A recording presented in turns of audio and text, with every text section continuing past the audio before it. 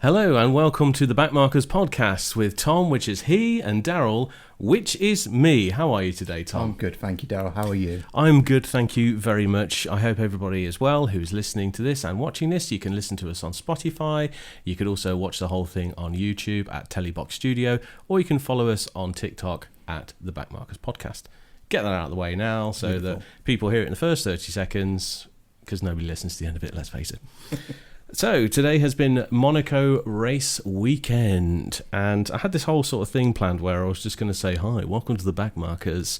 Today's Monaco race weekend, goodbye, because normally nothing ever happens and it's boring as hell, but I would say that this has probably been one of the more eventful Monaco races of recent times.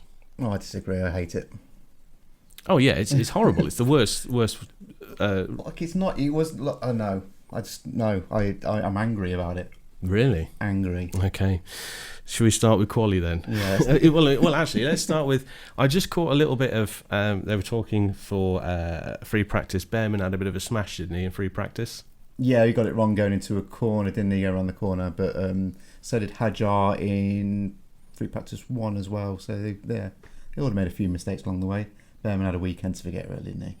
Yeah, well, you're bound to have mistakes around such a tight circuit with sort of no runoff. I think there's only like, 2 areas on the track with 2 or 3 with runoff? Yeah. High-speed runoff, shall we say. Yeah, well, if you're going to make a mistake, do it in practice, and he did. But yeah, less Behrman thinks about this weekend is the better, I think. Yeah. Behrman is good. He is good. We shall hold on to that. Right, so we had a quali, sort of as you were really with quali. The only notes I've got are Q1, Bortoletto brought out a red flag, tagged barrier at chicane. I put in my notes, brilliant quali, best qualifying of the year, because it is. Yeah. Because Q1, you get Q1 and Q2 out, and you've got all these drivers just want to pinpoint a lap and get it right. And Lando said it, I think he had an interview on the day before or something, and he was saying his lap last year where he nailed pole, he said it was one of the best laps he's ever done, because he took everything to the limit, he was millimetres from the wall, and he got everything right. And McLaren weren't the fastest there last year, and he nailed it. And like this year, Max Verstappen was on it, pinpoint for every corner, and Antonelli beat him still. I love quali in Monaco. Yeah. Because then you should just turn it off and say that's it. They get the points for a great lap around a street circuit. I'm trying to change my opinion on Monaco because I, as a race, I don't enjoy it because it's not a race. It's a race against the clock, and it's the driver against the circuit. So I'm trying to view it from the point of this is a circuit where we just see how good these drivers are, that they can keep it out the barriers and, manoeuvre at those speeds inside turns and streets and whatever. Okay, shall we move on to the race, and then I might be a little bit less angry. Hang on, whoa. Quali Q2. Okay. Right, Red Bull P1 and P3. Yeah, which I thought was quite respectable, really, for the season they've had so far. They look quick. Like all weekend, they did look quick, and Max is always going to be quick. Hajar looked quick. I think they've turned it around, or it's Monaco what suits the car, because it's such a slow and speed out corners kind of thing. So I've said this before about Monaco, is that Jaguar always used to do well because Jaguar had a crap engine, but they had good aerodynamics. Yeah. So they were always good on slower circuits. Yeah. Slower, right over. It's a slow circuit, this one.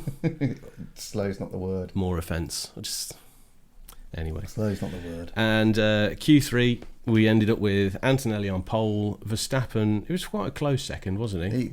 Like I said, Verstappen nailed his lap. Nailed it. And I thought he'd have pole, and Antonelli he's brilliant. So brilliant. I know he's got the quicker car at the two of them, but such a good lap. Why don't you two get a room? He was brilliant. Now, that lap was fantastic. Kind of equalled what Lando did last year. Yeah, it was good. And Hamilton third. Yep. And then we get all these silly statistics that come out, and this just proves how useless Monaco is as a race circuit.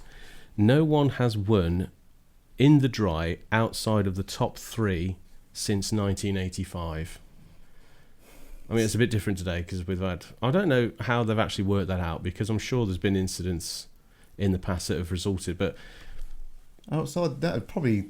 Yeah, that's feasible, ain't it? If it's raining, it causes chaos, and I can understand that, but... I think maybe that means the top 3 qualifiers, one of them has always won the race. I think that's what that means. Yeah. But again, it just proves what a shit circuit it is. There's going to be swearing in this episode, by the way. Loads. Probably should have said that at the start. We're going to let rip on this one. Yeah. Quali notes, Leclerc, he backed off a bit in Q3. He backed off a lot in Q3. He seemed to be doing like a lot of hot laps and then backing away and then going again. I think he nailed one lap, didn't he? Was it Q3? And then obviously everyone else got their times right. And then obviously after Antonelli went over the line, it was up to Leclerc to try and beat him. And again, he was pushed to the max and the crashed. So he gave it a good shot. But he's, like I say, he's consistently average, Leclerc, with his new contract at Ferrari. Don't get it. Don't get the guy. Don't think he's that level, but maybe he's better than the talent what's out there at the moment. He must have like a good social media presence or drawing in fans or something, because there's just been no performance there. No, it's almost like he's skirted with victory quite a lot. And I know he's won races, but like I say, he's consistently average. He'll finish on the podium 8 times out of 10. The other times he finishes high point scoring. He's not a world beater. He's just a good driver. Who would you rather be stuck in a lift with, Leclerc or Russell? Leclerc. That was an easy one.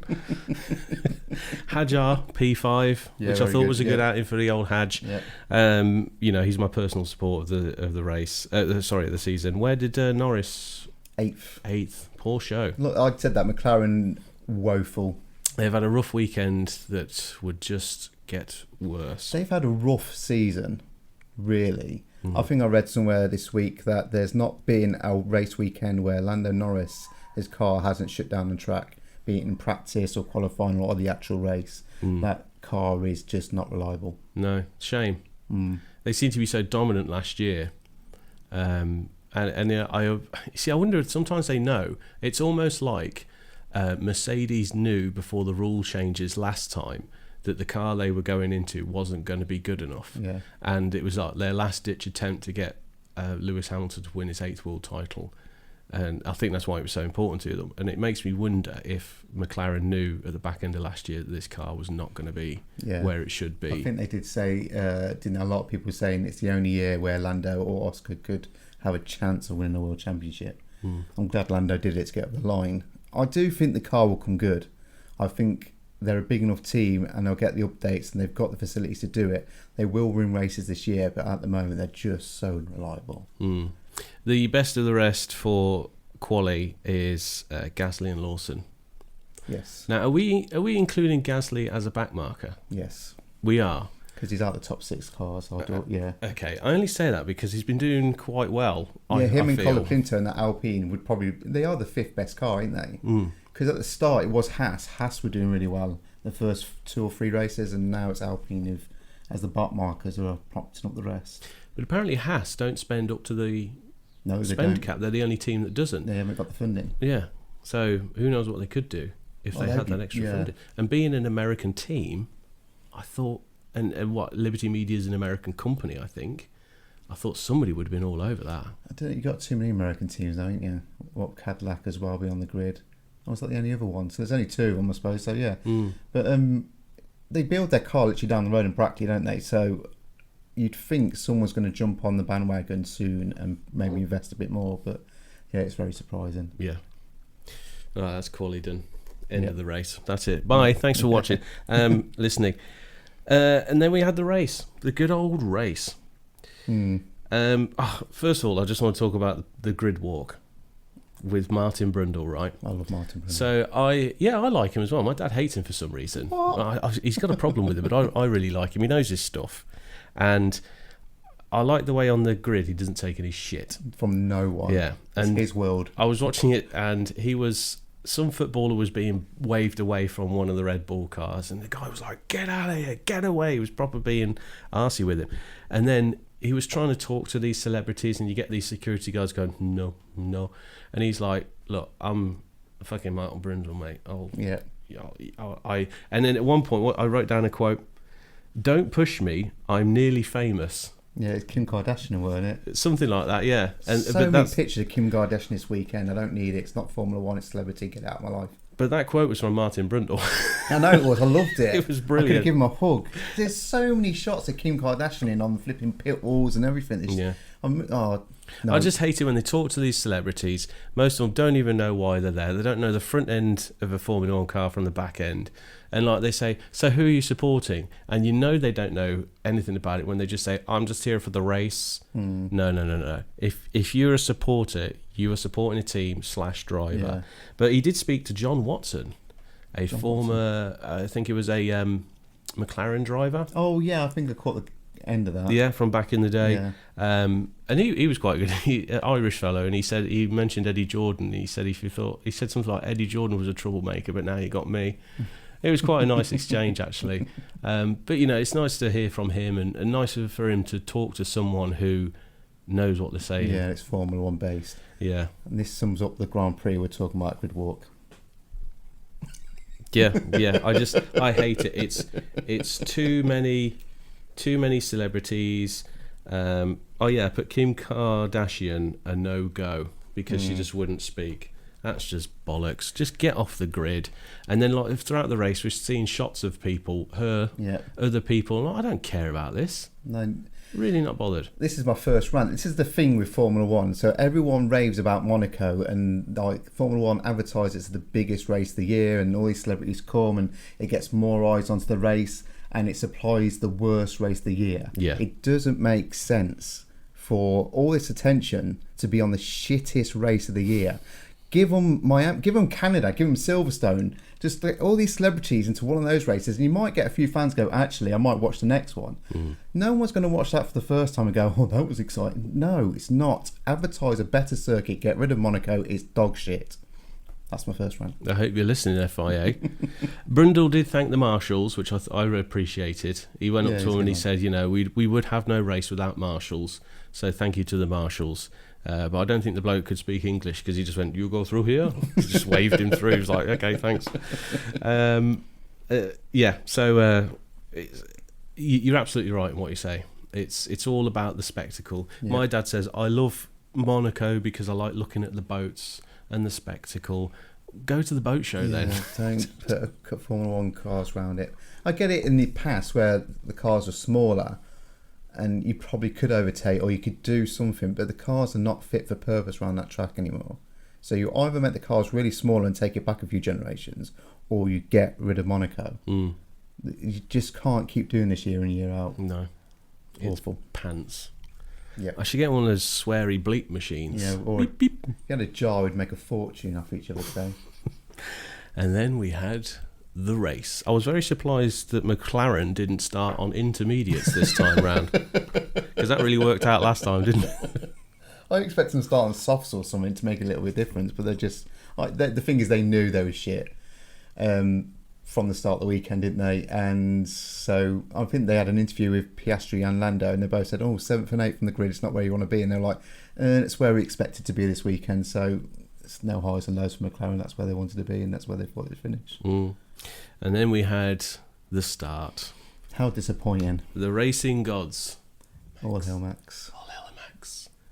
All hail Max. And the racing gods struck him down off the line. Killed the whole race. Yes. And Martin Brundle throughout just kept saying, I wish Max was in this. I feel so bad. Not for us and the fans and all this lot.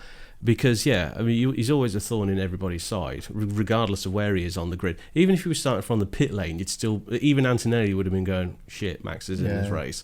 But something happened. Even when he pulled up on his grid box, on his grid position, he stopped. And I looked, and his head was moving around a lot. And I thought, he's got a problem. Something's gone wrong here. I was expecting him to be waving his arms. And then the lights went out and he juddered, and that was it. Game over. He did say it was a problem. He felt the problem on the formation lap, didn't he? A power unit problem, apparently. So, if once he went out, and Martin Brundle kept saying, I miss Max, because he's like us. Max probably wouldn't overtake Antonelli, but he put so much pressure under Antonelli that Antonelli would probably make a mistake, and which would cause drama. I don't think any other racer would do that on the grid.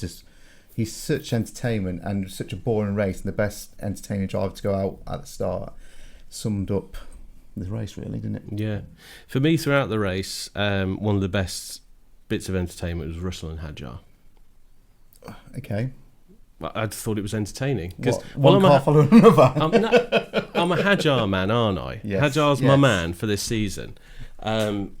So I felt like he did good to keep Russell behind him. I know that's easy at Monaco, but considering, and now this is a little bit further down the order, but I'm going to come to it anyway, considering Lindblad's move on Albon down the pit straight on lap 49/50 because they were crossing the line, I thought was brilliant. Yeah, I put that in my notes. I said he should get driver of the day just for overtaking a car. Yeah, just for overtaking. The only overtake of the whole race. Just for overtaking a car. Yeah, Albon made a mistake going into that final corner to kind of open the door for him, but at least he overtook him in race conditions. It was brilliant. Because there was some condition that... conversation that Albon had gone over the hairpin. The chicane. Yeah, that was a lap before. But then they showed a replay, and then the announcers got all confused as to actually what was happening. But I was pretty sure, because I remember when Albon went over that chicane, to be fair to him, he slowed right down to let everybody catch him up so he didn't gain an advantage. So fair play to him on that point. And then, it was a lap later when Lindblad took him on the straight. Which I thought was good. It was a nice move. It was nice to see Lindblad to do that as well, because I'm a... we support our backmarkers, don't we? So this whole Hadjar Russell thing, I made a note. This racetrack is awful. You can't even take a car when they're freaking breaking down. And that was it. He had he was going so slower than Russell, and Russell still couldn't overtake him. It pissed me off. Everyone knows I criticise Russell. I was so frustrated for him. Come on. The car's like 2 seconds slower than the car behind it, and he can't overtake. He's 2 freaking seconds, and he can't overtake. What is the... Drinking. Disclaimer. It's awful. It was just awful to watch. And back in the day, you go through the tunnel and you're going to come to that hairpin and you think someone normally stuck it down the inside or around the outside. The cars are too big. They can't do that anymore. So, and it backs up to what Williams were doing when they were backing up the pack, so flipping Sainz could rush up ahead, do a pit stop and come out again. A car's purposely going slow to slow up the race. It's a Formula 1 race. It should be full power all the time. And a car is going 2 seconds slower than the cars behind it, and they can't do anything about it. I know that chicane is like a famous chicane. Yeah, it is. But why don't they just wipe it out and widen the track there? Surely because they've got a stand there. Could they not just widen the track and have that as straight and have it more of an overtaking place? Instead of getting the hairpin, you go just straight and now down to the left of the swimming pool or whatever you call it. That would probably make more sense. Yeah. I don't know if the road layout's like that, but you'd probably get more overtakes, wouldn't you? Yeah, but we can't change it because it's Monaco. Yeah. It makes me angry. Hadjar had a slower pit stop than Russell, which sort of put him back. But he lost 8 seconds in 2 laps. Hadjar did. He obviously had a problem. Yeah, he had a massive problem. I don't think that's down to him as a driver. No, it was definitely. I don't know if it's the same as Max, but their power unit was dodgy all race. Yeah, in fact, there's been a lot of power. I've made a note. Power unit issues across the grid. Yeah. Some of the commentators suggested it might be the bumpy road surface, because it's not a track, is it? It's a street circuit, like a full-on street circuit. So they think that it's those imperfections, like bouncing the car around, which is messing up the power units. Yeah, they only have to deal with that one race a year, don't they? So I suppose they might be right with that. But I think it's also one of the riskier races of the year, because amount of gearboxes that get changed because they smack the back end and stuff like that. I mean, Leclerc, he's had a few gearboxes there over the years. Yeah, I think that's his second one this season, actually. I think they were saying. Well, it doesn't matter, because you could have a puncher and still stay in front of the car behind you. So, what's the point? Yeah, it's a pointless race. A lot of penalties for speeding in the pit lane. And this is another thing. This is Monaco all over again. So you can't see a race happening. So what they do is go, let's give them more penalties. It's just like a conspiracy theory, right? Yeah. Let's just get them all coming into the quits, apart from the leader, because we like Antonelli. But like, it can't be right that nearly, half the grid got a 5-second penalty for driving too fast in the pits. That's not the drivers. That's something wrong with the technology of the track. And again, it's Monaco. Monaco is shit. It's got shit track, shit devices. People don't speed in the pit like that all fucking time. It's obvious. Monaco is crap. Scrap it. Second round over. It's true. Like, that many people can't speed in the pit, can they? No. It just... And I think it's down. They said it was down to the pit speed here is lower than everywhere else at Monaco. Yeah, they did, yeah. And they said that might be catching them out. But then it was also suggested that there was a problem with the pit lane speed technology detection system, because why were so many drivers getting it? Yeah, so, Brundle said they might change the approach because nobody got penalties in practice or qualifying for speed in the pit lane, yet there was so many on race weekend. I know they asked Zach Brown, didn't they, about Oscar's one. He said, no, that was on us. He was definitely speeding, so I don't know what happened there, but something, come on. It just screamed that the race was crap, so let's give everybody penalties and let's see the grid mix up a bit. Yeah. It was awful. It was pretty bad. It's always bad. Your mate Norris was backing Russell up.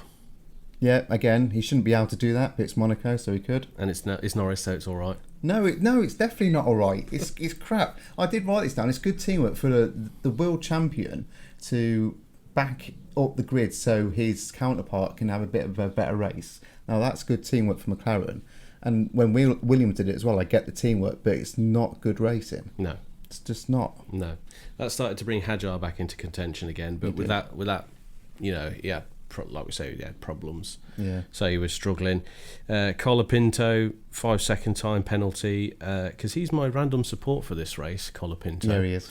So I just noted that because nothing had happened up to that point. So I was like, oh no, 5-second time penalty. I'm definitely going to lose this random support. Yeah, I had Russell.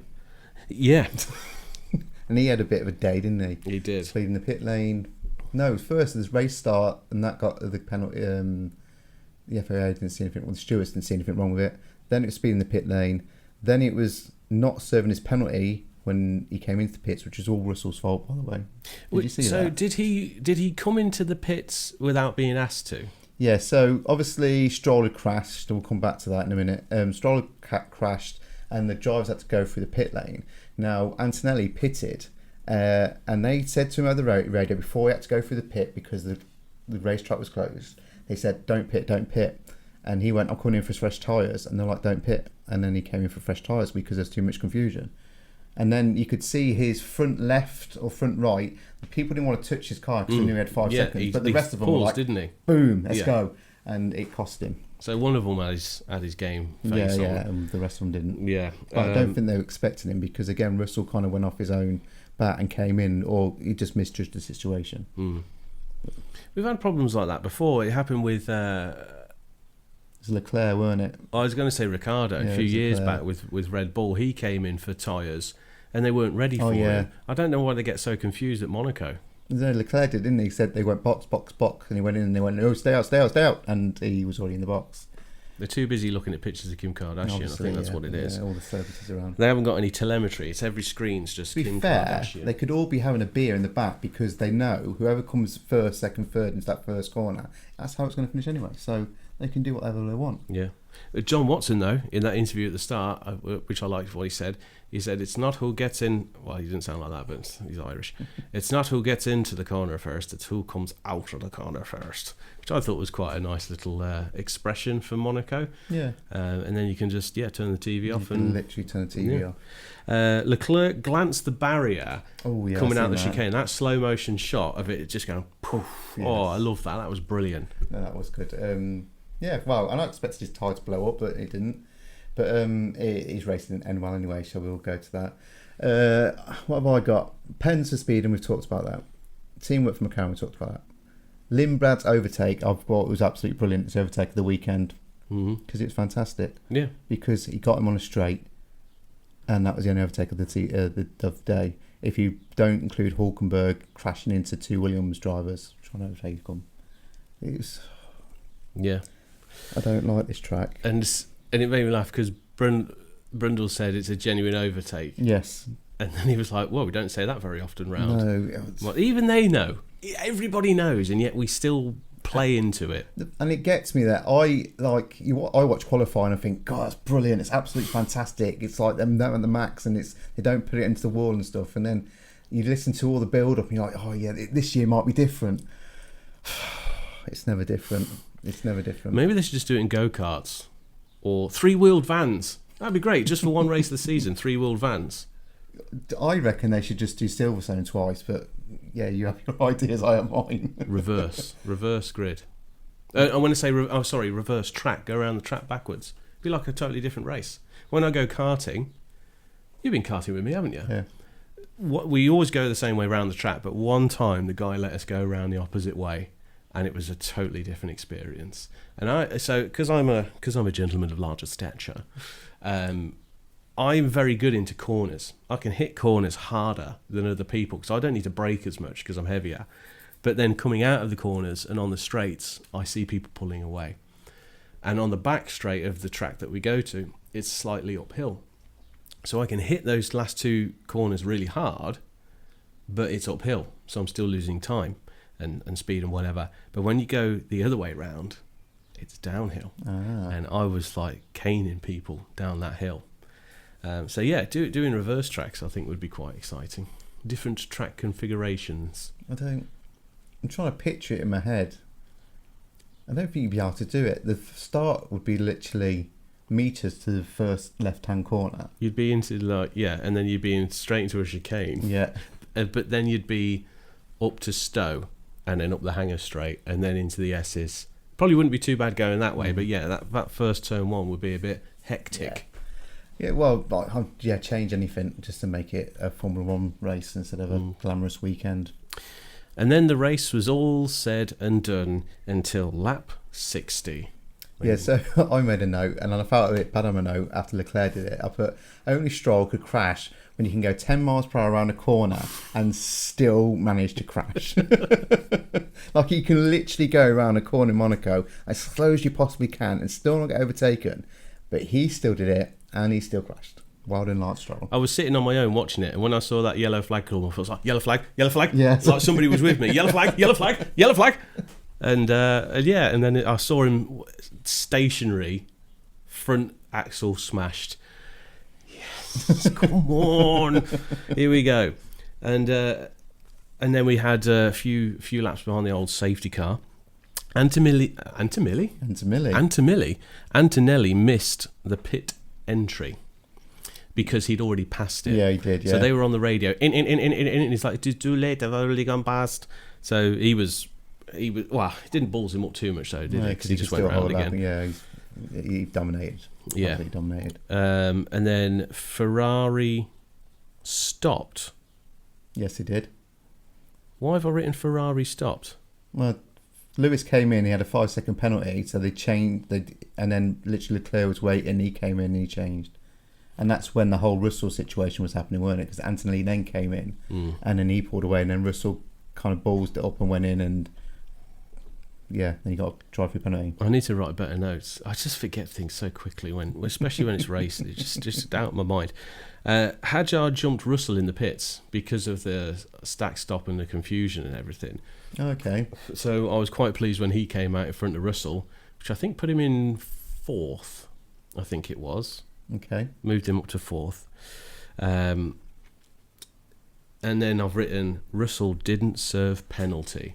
And I wrote that before they even picked up on it because he didn't serve his penalty. And obviously that's been largely his undoing of the weekend. He's not been fast all weekend. We've seen in qualifying how Antonelli could put a lap together and Russell just couldn't. No. Just couldn't. And I think he said after qualifying, he said he's not got the rub of the green and this car's just not suiting him at the moment. So it's got to start suiting him sooner rather than later or this championship's gone. And then we had a few laps behind the safety car, running through the pit lane, clearing Stroll out of the way, and then green flag. And then... Poor Leclerc. Yeah, carbon copy, bang. Yeah. Leclerc hits that. So it's like a re-tarmac section of road, isn't it? Which has caused problems in the past at other circuits when they've resurfaced sections of the track. But obviously this is just a road. So for like 50 other weeks of the year, it's just a normal road. So the council's gone, we need to do this piece of road here. So we have sent our people to do it. But I'm surprised the FIA haven't got some sort of regulation on that, because it's part of the track, that they might have looked at it and, I don't know, done something, coated it with something special, because I know in other tracks sometimes they coat the tracks with special stuff. So, well, that didn't happen. Of course, this freshly laid tarmac started to break up. Yeah, marbles came on, didn't it? Yeah, got all over the track, and they surmised, so a lot of people surmised that's what's caused the two accidents. But when they spoke to Stroll, he said, no, it was engine braking. It was it was just engine braking. It was he blamed the car. And then when they spoke to Leclerc, by the way, my note says Leclerc binned it. He said it was the brakes. Yeah. So nothing to do with this patch on the road. But yeah, because nobody else suffered with it, did they? You didn't hear about that patch on the road until Stroll went off and Leclerc went off. But they did play some audio. They did. After Stroll went off, I think they said that there's something breaking. Yeah, some drivers had mentioned it, but they must have been avoiding it, or it just wasn't an issue, or it just caught these two out. Because, you see, Leclerc makes mistakes under safety car restarts. I think he does that a lot when he's under pressure. Not under pressure, when he's trying to apply pressure, he makes mistakes. Yeah, it's warming up the tyres. So Stroll was just a bad driving mistake, because it's Lance Stroll and you can't drive a Formula 1 car. Leclerc couldn't get his... He probably went a bit too quick on cold tyres and then went into the marbles. No, like every team would have been told about those marbles and how Stroll went off, and looked at the video clips and seen that might have been a problem, even if Stroll said it wasn't. But he went wide on cold tyres and off he went. And then we had, 10 laps to go and we were red flagged. Yep. So they could sweep up the tarmac. Clean it up, yep. But we did get a restart, which I was happy about, because I thought they might have just called it there and then because of like unsafe track surface. I was hoping they did. Well, so was I, because I think Hadjar was up to 4th by then. Yeah. So, no, he was up to 3rd because Leclerc had crashed out. So I was like, yeah, just call it that. So then we get a restart, all excited, an actual standing restart. Yeah, I was happy about that. Which was good, and I was sat there and I was looking at it, I was like, Hadjar's angled his car, he's going to go for it. But he had a bit of a bad start off the line, got taken by Gasly up the inside. I think Russell had to go at him as well, didn't he? I think he was 5th. I wanted to stand and start just to see if that Ferrari could do the Mercedes off the front, because Ferrari would have had a better starting car than Mercedes, but I think they've worked that Gremlin out because Antonelli was rapid. But Russell, because he hadn't served his penalty, he then got a drive-through penalty. He did. That just knocked him out of contention. So that was good for old Hadj. Good old Hadj. Isaac. Yes. Gasly had a penalty as well. He was ahead of him, didn't he? 2 5-second penalties for speeding in the pit lane. Yeah. So again, I was like, okay, excellent. This is perfect. Hadjar's got a podium. Go on, my man. And then the dreaded investigation for Hadjar for red flag infringement will be investigated after the race. So we've sat for nearly half an hour under red flag conditions, and the stewards haven't used that time to make a decision. No.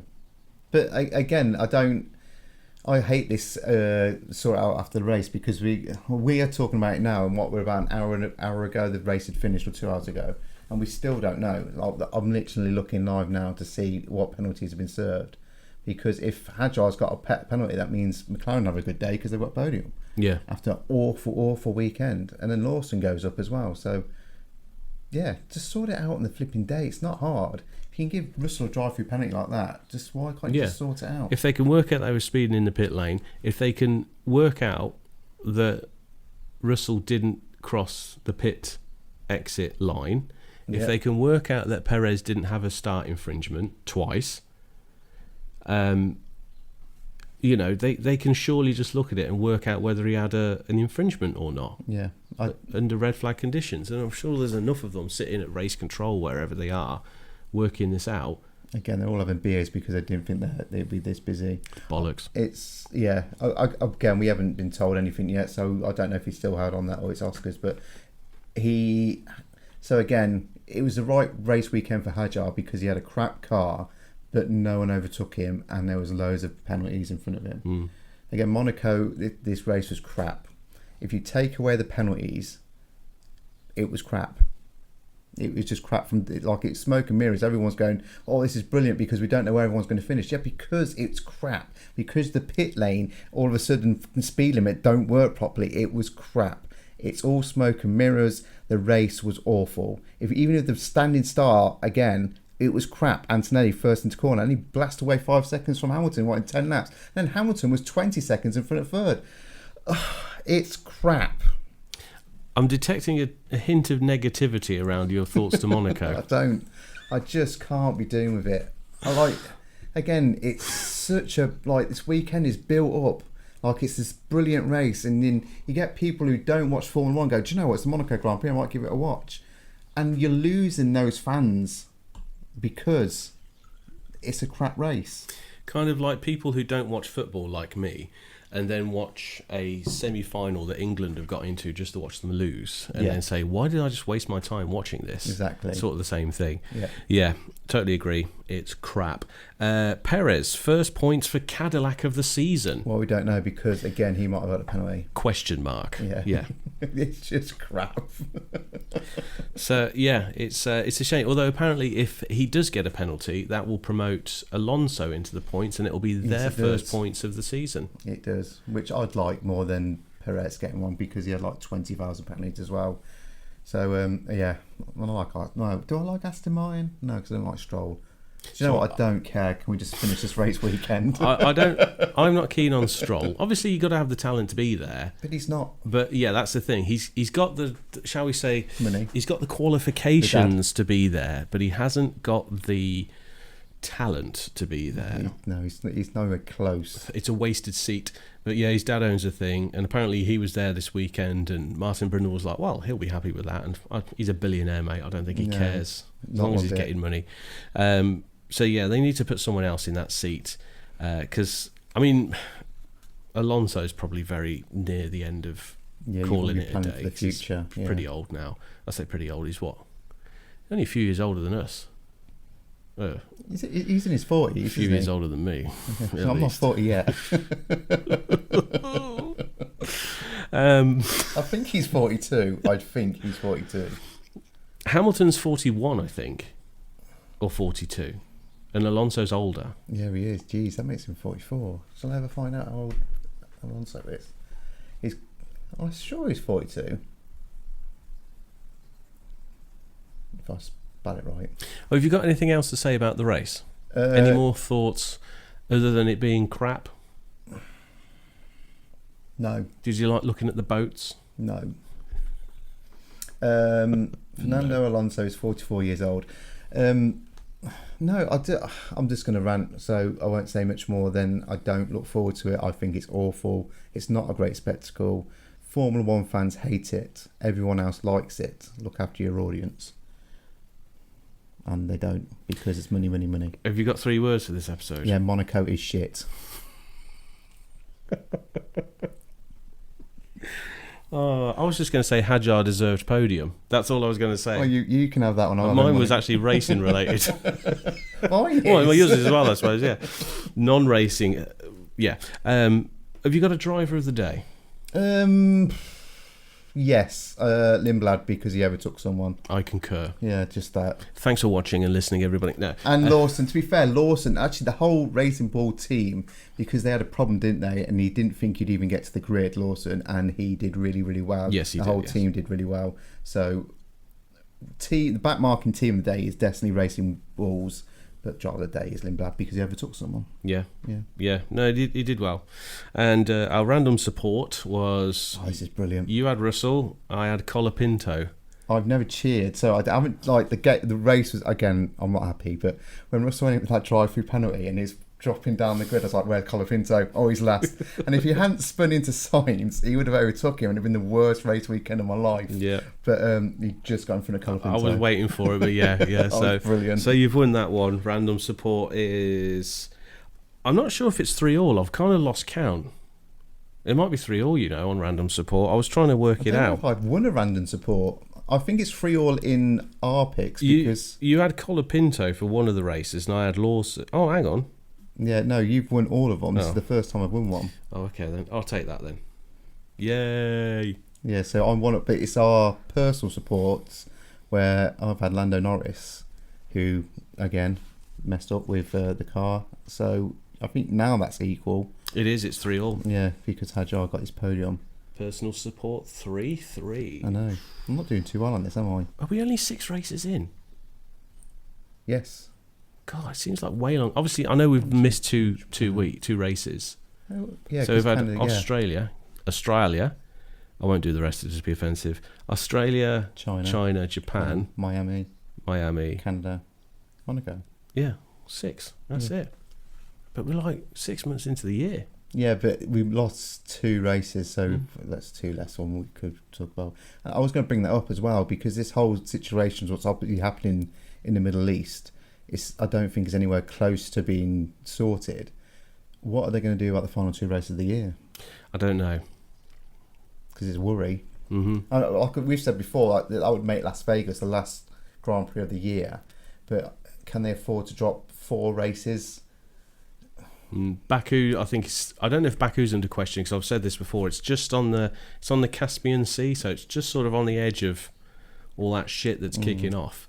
So I don't know if they're going to call it a day on that one. I think they can still get in and out of there all right, but I just think they don't want any aggravation. Yeah, it'd be a logistic nightmare to kind of get all the gear over there, wouldn't it, and out again. Yeah. The trophy. What do you think of the Monaco trophy? I don't know, I didn't see it because I turned it off and whizzed my around over here, so I haven't seen it. So the Monaco trophy is in the shape of the track.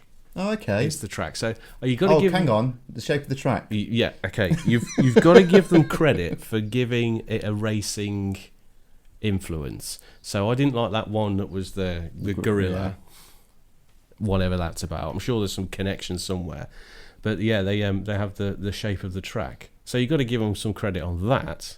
Yeah, it looks nice. It's just the worst race of the year. I was more referring to you drawing the track on our TikTok channel. Oh God! And you said my corners were obese for Canada. And I am obese, so I can use that word. Yeah. Mine was very heavily bloated. Very heavily bloated. Pretty bad. When I was drawing it, I was like, actually, this ain't working out too bad. And then when I actually saw the track of what have I done here? It's Monaco weekend, but it's Monaco track, but it's retired and let itself go. It looked really, really bad. So yeah, it was pretty awful. It was funny. Scored 1 out of 10. Yeah, just like which I think yours was 1 out of 10. Yeah, so yeah, I think we're drawing the corners too bloated, like you said. Yeah, I think we need to rethink. Because I nailed Australia. I think I nailed that one. Nothing wrong with curbs. curves, not curbs. Well, tracks have curbs. They do indeed. Nothing wrong with curves. No. So yeah, you can draw the next track. What's the next one? Is Spain. Barcelona. Yeah, that's next weekend, which should be good because I like that track because it's a Formula 1 track. Well, they do all the testing there, and even they spoke to Verstappen after his retirement, and he said that we've brought some upgrades or whatever, but they're non-applicable at Monaco. So we'll see at the next circuit if we've made any gains. So yeah, we've got that to look forward to, and it's only in a week's time. Yeah, I'm looking forward to it. A week. And it's not a sprint weekend either, so it'll be good. Good. So yeah, sorted. Just need to do our random support for that sprint weekend, don't we? Don't know how lucky I was with Russell. Here's some I prepared earlier.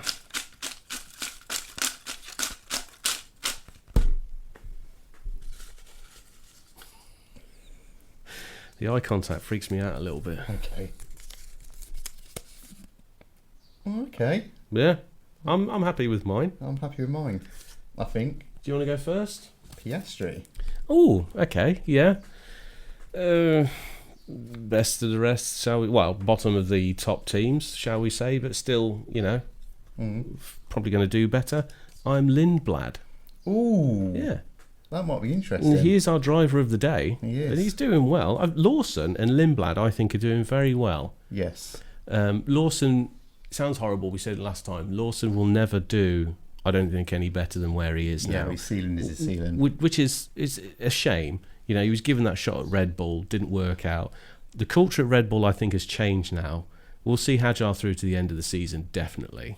Oh yeah, I think the last couple of races he's kind of got to grips with, haven't he? He's been faster, consistent.